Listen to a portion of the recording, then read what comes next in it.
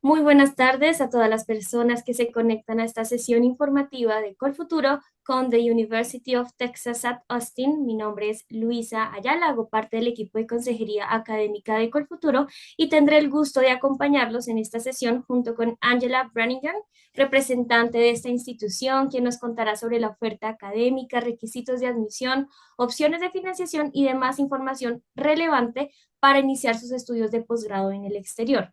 Tengan presente que tenemos un convenio con la universidad que ofrece un descuento de 45% aproximadamente en el valor de la matrícula para hasta 5 beneficiarios. Sin embargo, hay que recordar que para acceder a este convenio primero tienen que ser seleccionados en el programa Crédito Beca. La siguiente convocatoria abre en enero 9 del 2024 y cierra en febrero 29, así que estén muy pendientes de nuestras redes sociales donde estaremos informando sobre nuestra convocatoria. Y bueno, with no more introduction, thank you, Angela, for being here today, and you can start your presentation. Wonderful. Well, thank you so much. Good evening, everyone. I'm happy to be here with you tonight to talk about the University of Texas at Austin. As Louisa mentioned, my name is Angela Brannigan, and I am the Assistant Director of the Sponsored and Exchange Programs Unit within Texas Global. I'll talk a little bit more about Texas Global a little bit later into this presentation. But I am a graduate of the University of Texas. I like to say that I bleed orange. I am a true Longhorn, and so I'm very excited to talk to you about our great university. I've also lived in Austin for quite some time, over 20 years, and so I'm happy to talk to you about the city. So let's go ahead and get started. We're going to talk today again about the university, and then I'll discuss a little bit about student support resources at the university.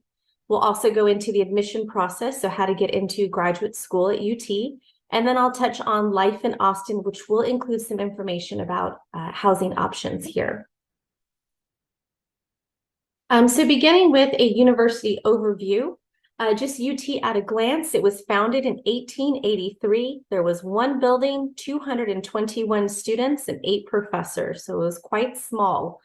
If you flash forward to now, which apologies, I should have updated that to 2023, but we now have 18 colleges and schools, 237 graduate degree programs, roughly 52,000 students, and I broke it down by undergraduate and graduate. So we're largely populated by our undergraduate students, but we have a good cohort of graduates.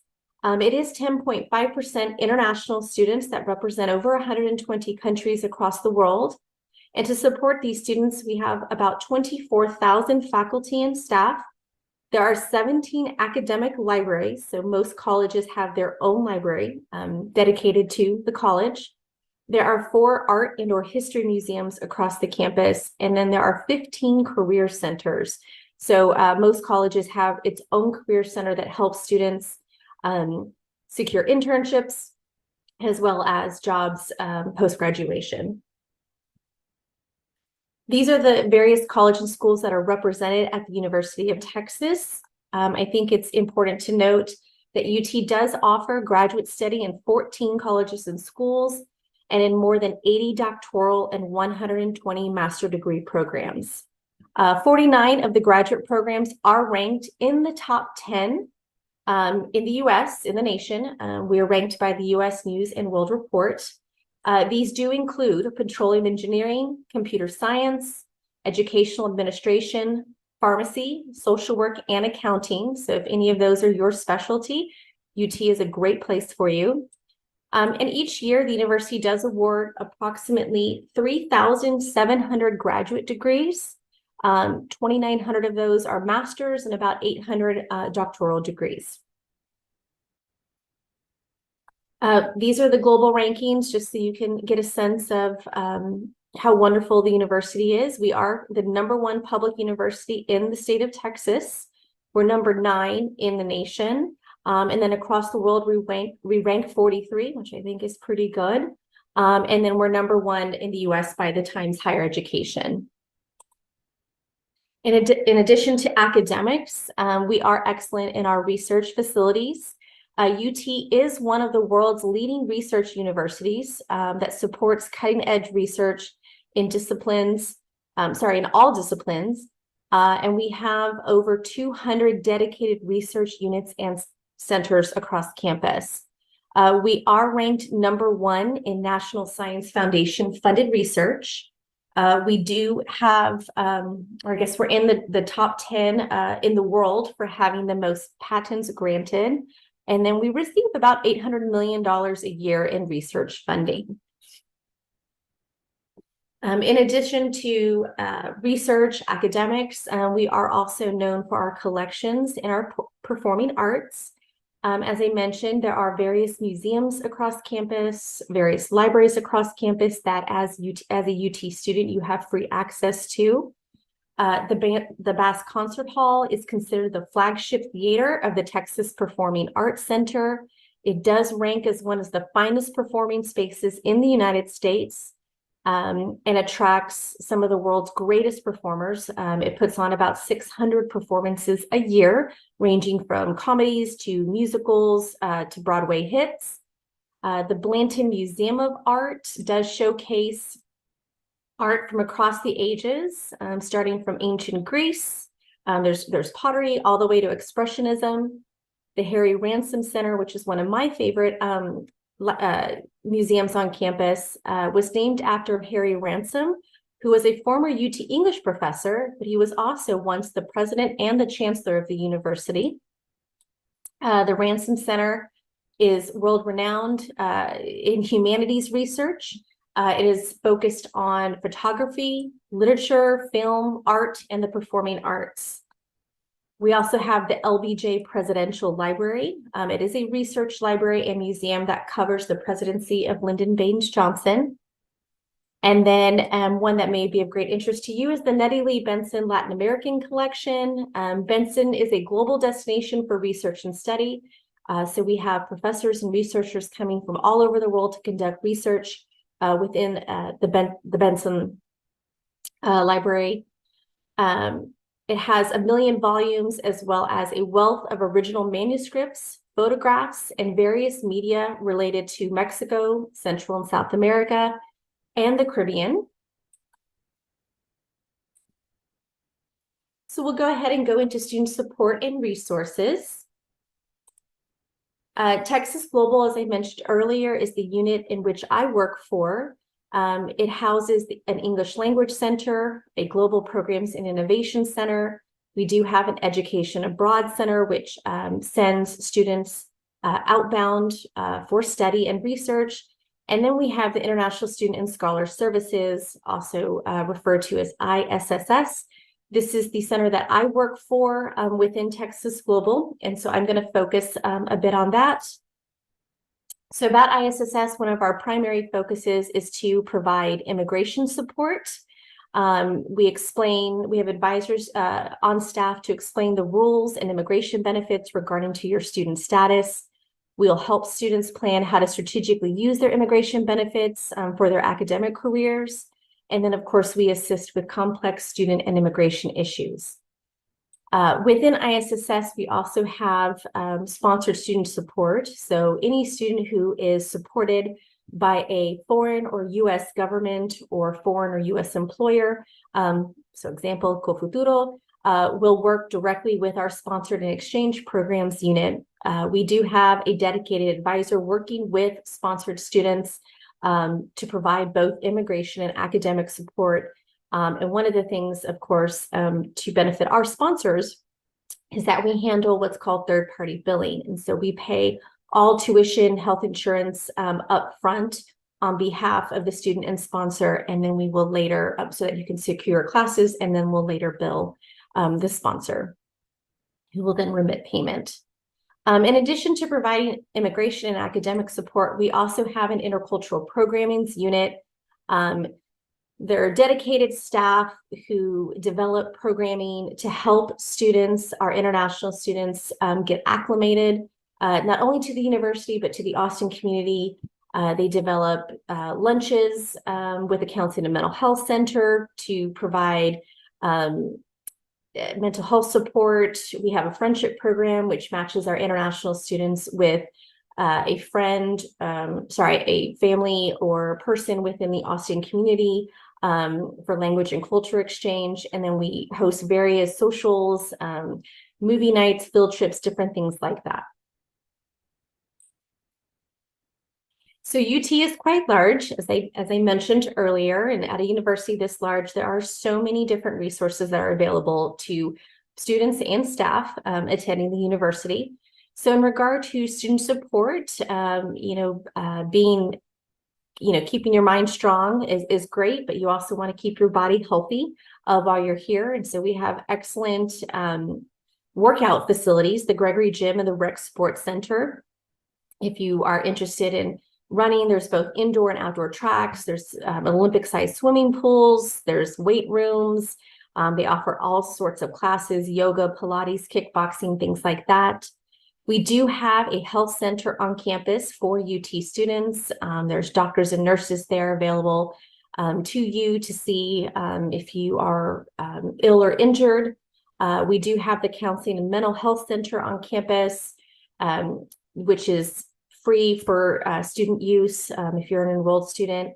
There is a counselor on staff, a psychologist on staff who was hired specifically to work with international students.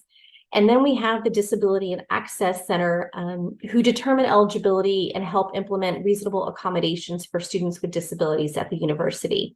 The Disability and Access Center was created in order to make campus a more inclusive, accessible, and welcoming environment for students with disabilities.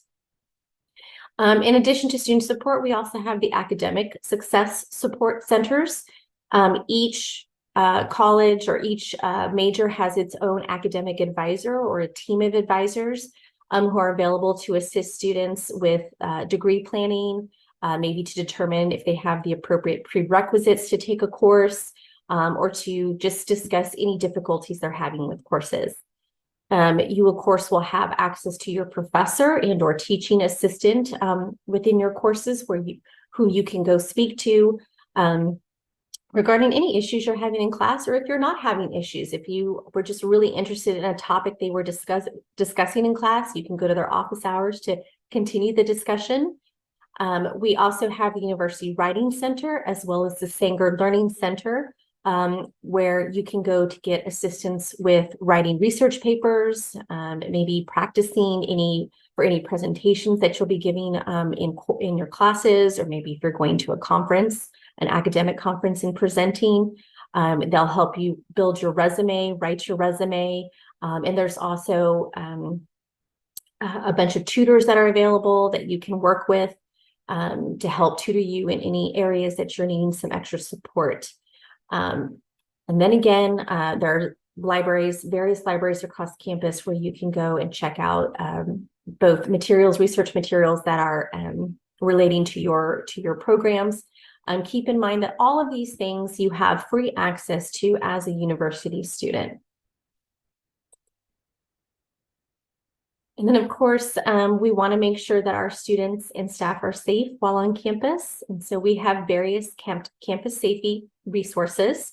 The first I'd like to mention is the UTPD, which is the University of Texas Police Department. We do have our own police department on campus. They are here specifically to serve university students and staff. We have a SureWalk service, which are student volunteers. And so if you're studying late night on campus in one of the libraries, or maybe you have a late meeting in your academic department, and you don't feel safe walking home, if you live within walking distance of campus, you can call the SureWalk number and they'll send 2 to 3 students out to meet you and walk you safely to your home destination. We also have UT Night Rides. It's a partnership that the university has with Lyft, which is a rideshare service. It's a free service for students as long as you register with the service. And this is specifically for students who do not live within walking distance, so students who actually have to take a bus or a rideshare to get home late at night.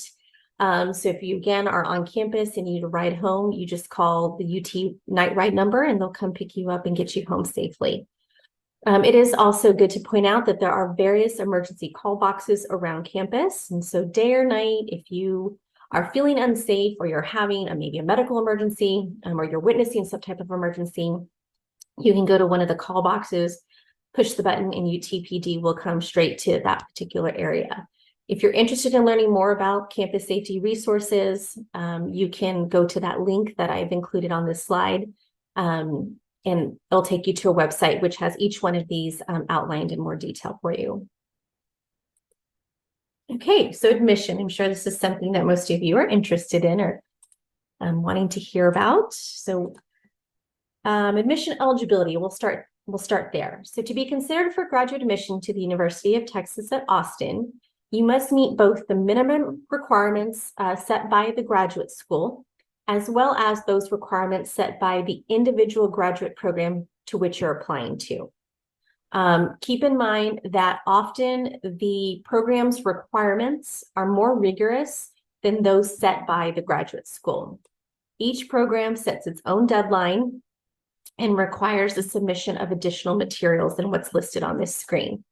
The materials will vary by program, but may include letters of reference, maybe auditions if you're going into the arts, work samples, personal statements, things like that.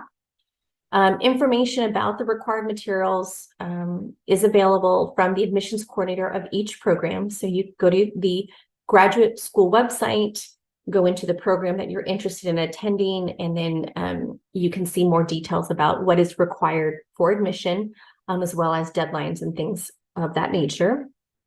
But in addition to the individual program requirements, you do have to meet two requirements to apply to UT, which is having a bachelor's degree from a regionally accredited institution in the United States or a comparable degree from a foreign academic institution. And then you'll need to have the appropriate test scores. So you'll have to check with, again, your program of interest to see which tests are required. And then keeping in mind, as an international applicant, you will also need to submit either a TOEFL or IELTS score to show that you have appropriate English language ability to be a successful student in the United States. So applying for admission, it is an online application.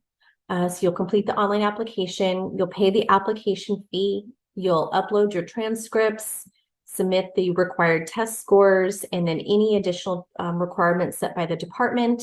You want to make sure to get all of this in by the deadline specified by your graduate program. More details regarding the admission process can be found at that link that's included at the bottom of this slide. We do get a lot of questions about funding, so I wanted to include a slide on graduate student funding. Just to give you an estimate to attend a graduate program at UT, non-resident tuition, which is tuition that anyone who lives outside of the state of Texas who is not a Texas resident, is roughly $19,000 a year. If you are able to pay resident tuition, qualify for resident tuition, it brings it down to about $10,000, $11,000 a year. As an international student, in order to get an immigration document from our office, we will ask that you show a year of tuition up front, as well as a year of living expenses. And the estimate for living expenses for 1 year is about $20,000 for students. And there are additional funding requirements if you will be bringing a spouse and any children. So there are some ways in which you can get funding for to attend grad school. One is through student employment. You can apply to be a TA, a teaching assistant, a graduate research assistant, or an assistant instructor, whether it be in the department that you're applying to or another department that you have skills or expertise in. The nice thing about getting a TA, GRA, or AI employment is that if you are assigned 20 hours, up to 20 hours per week, or at least 20 hours per week, you will also receive health insurance paid by the academic department that is employing you. And you will also receive a tuition reduction, which means you'll get in-state tuition. And so those student employment titles are highly coveted. So just keep in mind that is highly coveted and competitive. But I encourage you, a lot of our international students are TAs, GRAs, or AIs. Other funding options is to receive a fellowship from the graduate school and or your individual college or department, or receiving an award. This is more specific to those who are continuing students at the university, but they have awards for outstanding dissertation, outstanding student employees, and they also have awards to give to students who are looking to travel for professional development. So for additional details regarding these funding options, as well as how to apply for them or how to be eligible for them, I recommend you visit the graduate school website. There's a tab that says funding. Click on that. There's the direct link to it right there. And I'll give you a lot of information that I'm sure you'll find useful. Okay, so we'll go into life in Austin. This is the last section of my formal presentation. Just to give you an overview of the city, Austin is the #1 fastest growing city in America. 12 years running now. I actually checked that statistic on Monday and it still holds true. We have approximately 184 new residents that move to Austin a day. I found that pretty astounding, but it's a lot of newcomers each day. It is a high-tech city, which is why we attract a lot of people. Google, we're home to Google, Samsung, Tesla's here, Facebook, just to name a few. And then, of course, we are the capital of Texas. So we have a lot of government happening here. We are the self-proclaimed live music capital of the world. And I say self-proclaimed because it's self-proclaimed. We didn't receive this title through any official source. But if you are interested in live music, this is the place to be. You can literally find live music any day of the week. It doesn't even have to be in a formal music venue. It could just be in a local Austin restaurant. We do have formal venues, various formal music venues, the Moody Center, ACL Live, but we also host, you may or may not have heard of it, it's called the ACL Festival, the Austin City Limits Festival. It actually just happened this past week, where bands from across the country, across the world come and perform. It's a music festival that happens all day long, all weekend. That happens in the fall. And then we have the South by Southwest. It's a movie and music festival that happens in the spring, but the city hosts both of these.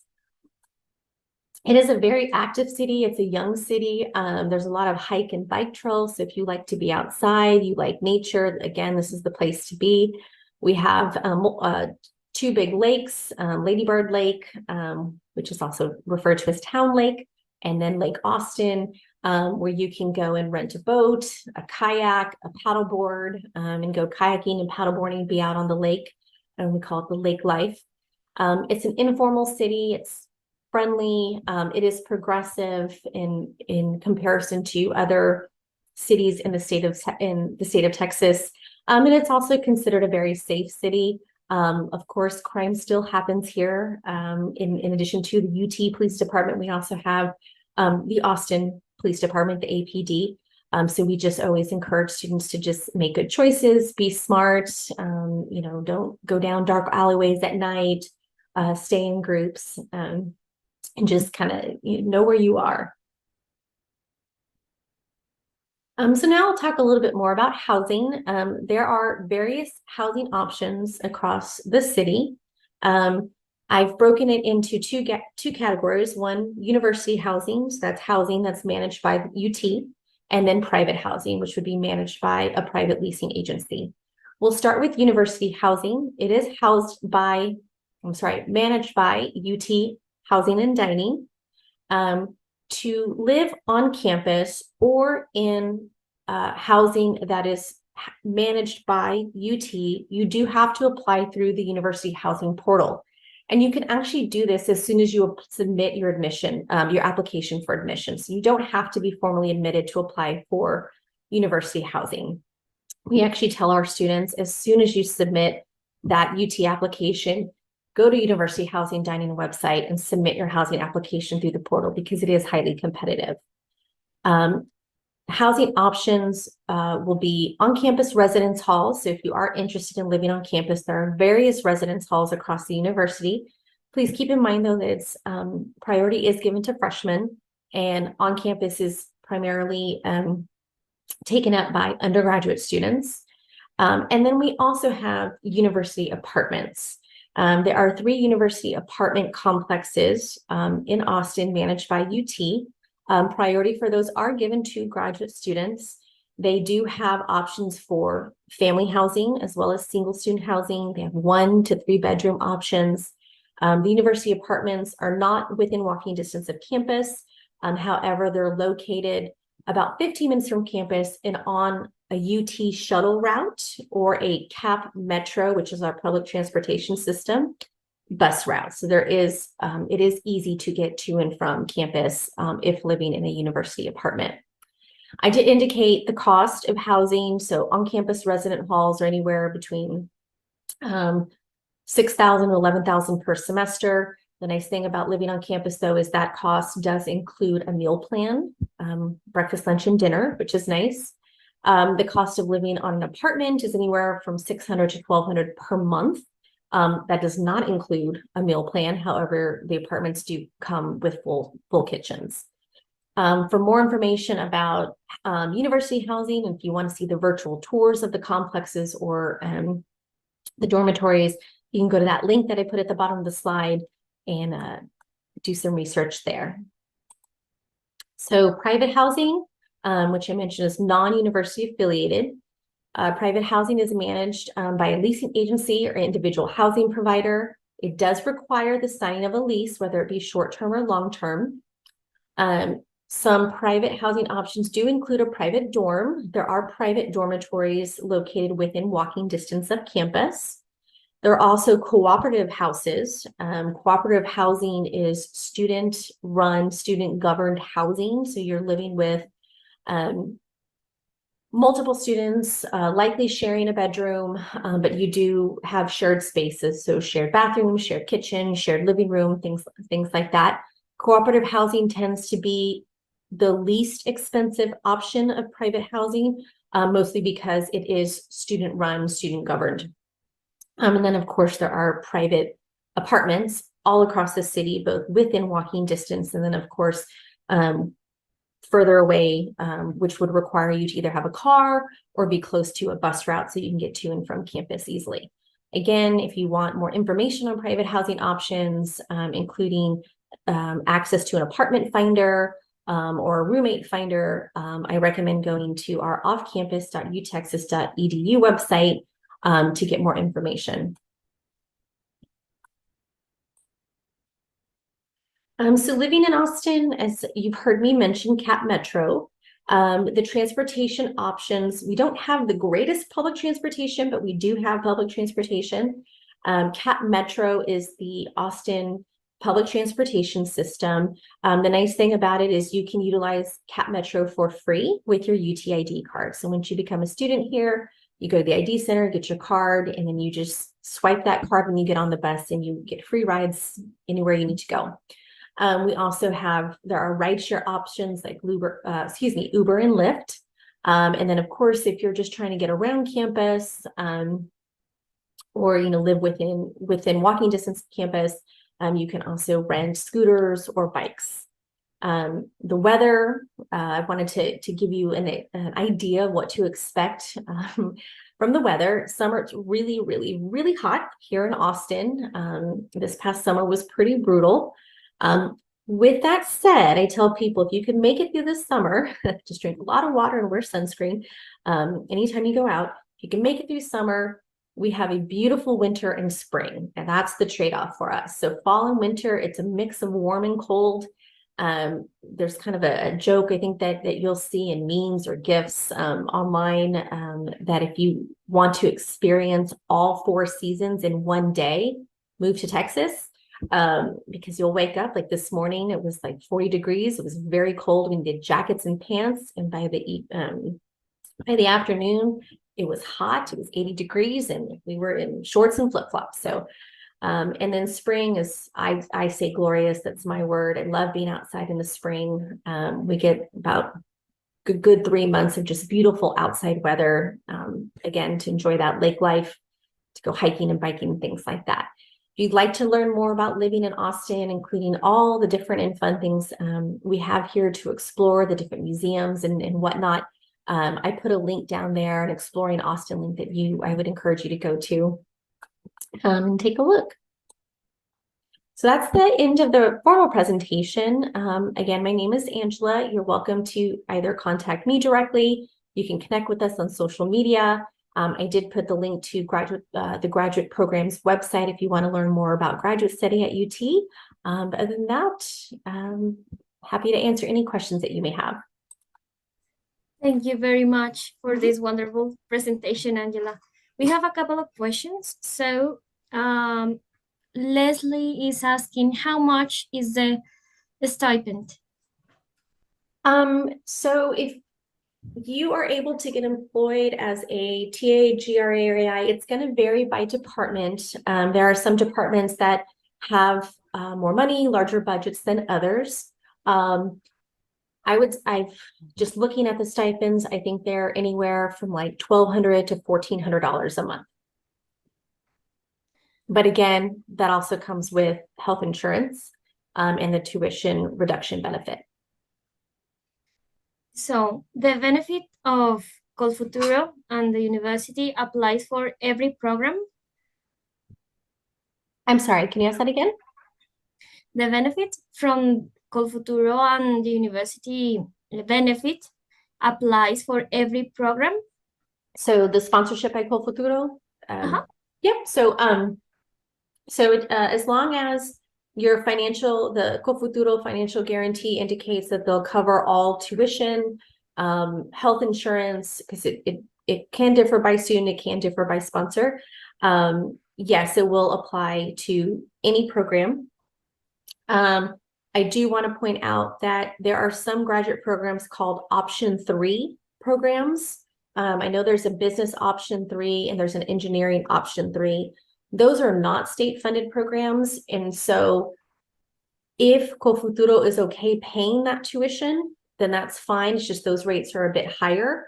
So I would just make sure that if you're applying to an Option 3 program, that you make sure that Colfuturo is willing to sponsor that. I hope that makes sense. Yeah, thank you, Angela. Luis is asking, if I apply to the business schools, would I be eligible to be a TA/GRA or IE in a different school? Yes, it is possible to hold, we call those academic assignments, a TA, GRA, or IE. It is possible to hold an academic assignment in a department other than the one you're studying in, most definitely. How much is the rent in Austin? It can vary. I'm not going to lie. The cost of living in Austin is extremely high. It's gotten very high over the past few years, definitely since COVID hit. So living on campus is probably most affordable because it is inclusive. Your accommodations also include food, breakfast, lunch, and dinner, which is really nice. And so as I mentioned, on-campus housing could be it's like roughly $6,000 a semester. Living off campus, you'll pay monthly rent. I've seen could be anywhere between $1,200 a month to $3,600 a month. It just depends where you're living, what part of Austin you're living in. If you have a private bedroom or if you have roommates. Most students have roommates. When I was a student here, I had 3 roommates to split the rent because that makes it a bit more affordable. GRE has been waived by the program. It's still necessary for a stronger application for a PhD? I'm not quite sure I understand. So if the GRE has been waived, so you don't, I'm going to say the GRE, so you don't need that score. Is it necessary to have a strong application? So I assume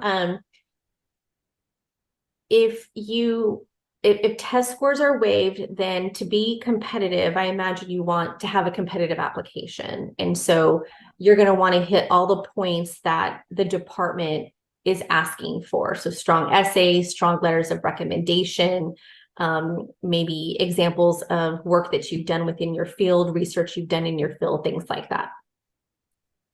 I hope I answered the question. Maria, let us know if your question was answered. So, is there a possibility of getting assistantship and also a fellowship? It is possible to get multiple funding options. So yes, you can be a TA and also receive an award from your department, a fellowship award. Yes. My understanding with fellowships, though, because I was doing a little bit of research, because I don't work with the academic departments. I work within an administrative unit, but I was doing some research on graduate student funding for this presentation. And though you can apply for employment or apply for certain awards, most fellowships are awarded by the academic advisor. And so having those relationships with your professors and your academic advisors is very important. If they like you, if you're doing well in class, you're doing good research, they will nominate you for fellowships and awards, things like that. Is the Master in Business Analytics covered by Colfuturo and UT? I don't know the answer to that question because I'm not quite sure if business analytics is a option 3 program or not. And I don't know, Luisa, in regard to Colfuturo funding, do you know the basic parameters of the funding? Are there any restrictions that you're aware of?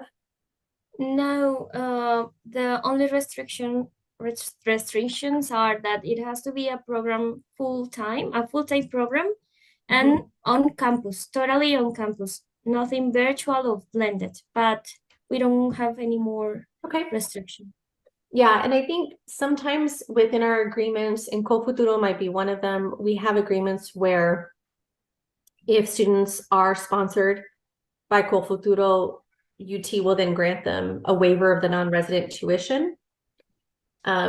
If the business analytics is an option 3 program, that will not qualify for the waiver of the tuition. Those option 3 programs are very tricky. So just be aware if you're applying for those, and you're welcome to ask additional questions and we can look into it further for you. Okay, we have some questions for our social media. So what makes a strong candidate for this kind of programs at UT? So again, it's going to vary by program.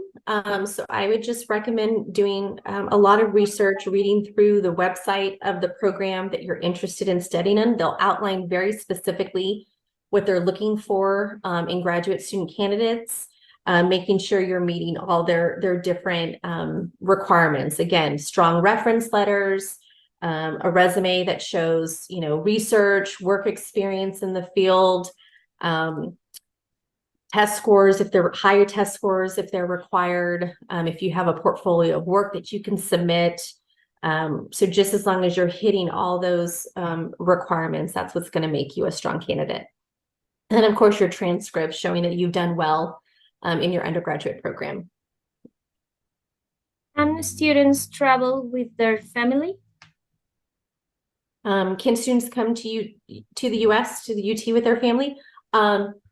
So from an immigration standpoint, yes, we can issue immigration documents for both student and dependents, keeping in mind that in order for us to issue the immigration document for your dependents, we'll need to see proof of living expenses for them. So we have to see both tuition and living expenses for the student, and then we'll need to see additional living expenses for your dependents so that we can then issue you the document, and then you'll take those documents to apply for your F or J student visas. Being accepted in Colfuturo could help with the application? I do not believe that having sponsorship will make you a stronger candidate for the graduate program. Could I apply to work in UT as a lecturer instructor with my master while I do my PhD there? Sorry. So yes, it is possible. I'm trying to think. I want to make sure I'm answering this correctly. So it is possible to hold an academic assignment, which is employment. That's what they call it at UT, which is typically the TA, GRA, or AI, because it's part-time. As an international student, you cannot work more than 20 hours per week.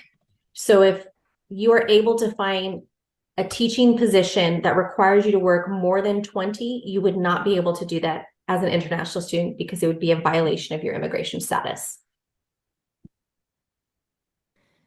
Could you please repeat the English requirements? Yes, so you need to have, you need to show a TOEFL or IELTS score. And because I should know it off the top of my head because I look at these every day. And I can tell you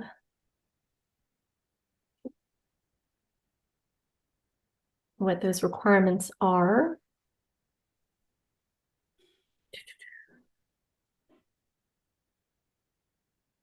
So you need a TOEFL score, a total score of 79 or higher. If you're showing an IELTS score, it needs to show 6.5 or higher. Thank you. Mhm.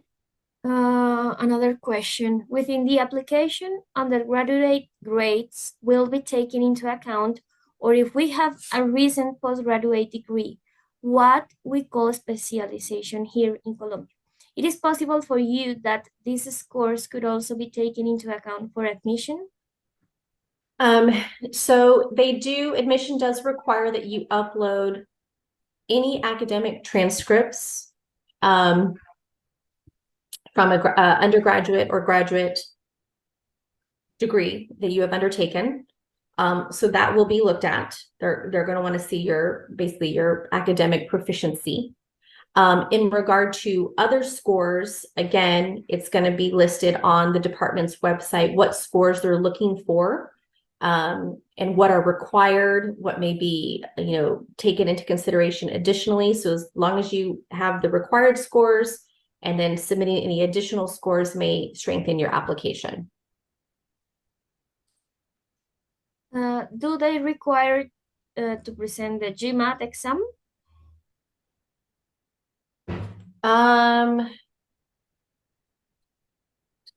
So if you're talking about showing English proficiency, UT will only accept TOEFL or IELTS. Does that answer your question? I hope so.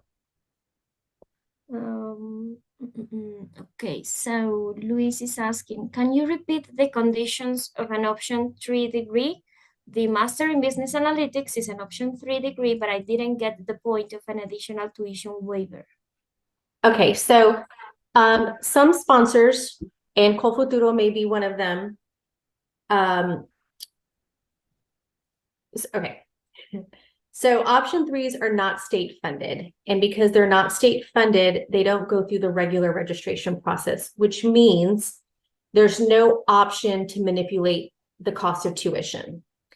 So therefore, if you were to be hired as a TA, GRA, or AI that provides in-state tuition, there's no in-state tuition option for option 3 programs. So it's a flat rate, and it's quite higher than regular degree programs. Colfuturo, I believe, will still pay that tuition, but some sponsors have it written in their agreement that their students should qualify for in-state tuition. But in this case, applying in-state tuition is not, we're not able to do that. Like, it's just not an option. And so I'm not saying you couldn't be sponsored by Colfuturo in this case. What I'm saying is, if this is your situation, I would just make sure you make it very clear to Colfuturo that it's an option 3 program and you do not qualify for in-state tuition, to ensure that there are no issues with your sponsorship once you get to UT. I hope that makes sense. Yeah.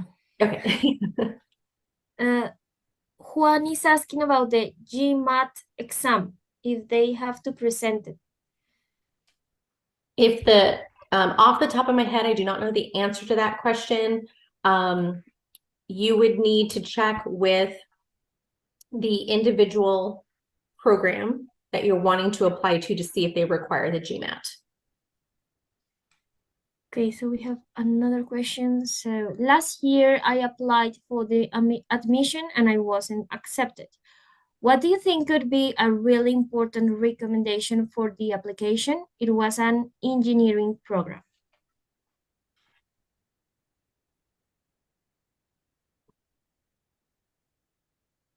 Okay, sorry, I'm reading the question. Last year I applied for admission and I wasn't accepted. What do you think could be really important? I think, well, if it's an engineering program, engineering is highly competitive at UT, as is, I mean, anything within engineering, College of Natural Science, business, highly competitive programs.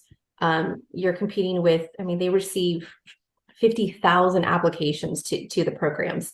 And so because I don't work for an academic unit, I do not work for engineering. I cannot tell you what it is they're looking for exactly in their applicants. I can tell you, though, that if you reach out to the department, you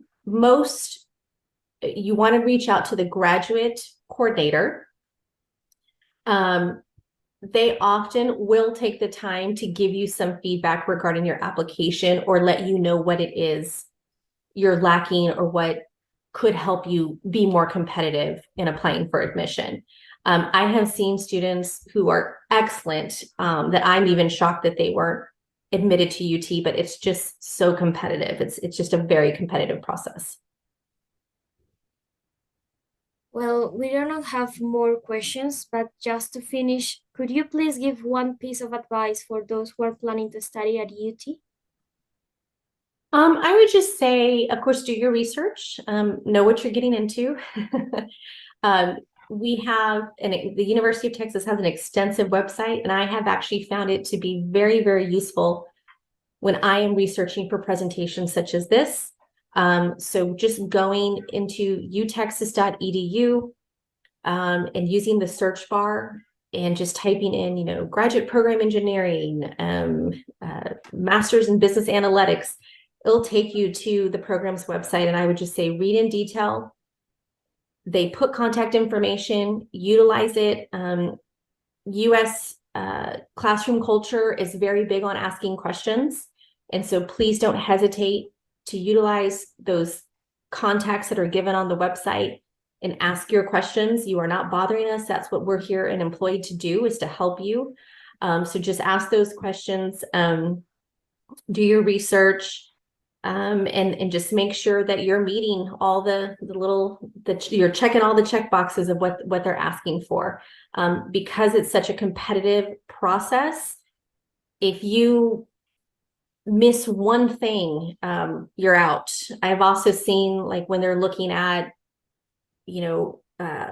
essays, things like that, if you make a mistake in spelling, you could be out. I'm not saying that that's going to happen in every graduate program, but because it's so competitive, they are doing whatever they can to just weed out applicants. So just make sure that you do your research, you utilize those contacts on the websites, and you proofread.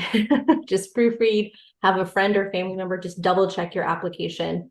And if you don't get in, keep trying. And I promise you, if you do get in, you'll have a wonderful experience here. UT is a great university. Austin's a great city to live in.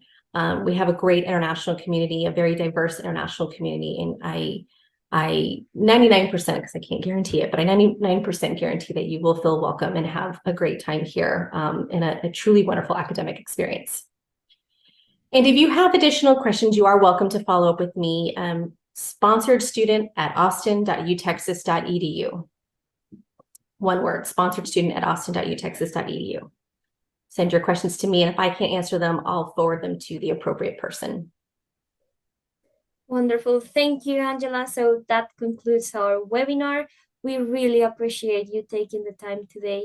And well, with no more to add, have an excellent evening and goodbye. Goodbye. It's nice meeting y'all. Bye-bye. Could you repeat the email, please? Sure. It's sponsored student, one word, at austin.utexas, that's the letter U, TEXAS, ut.edu. Perfect. Thank you. You're welcome. Goodbye.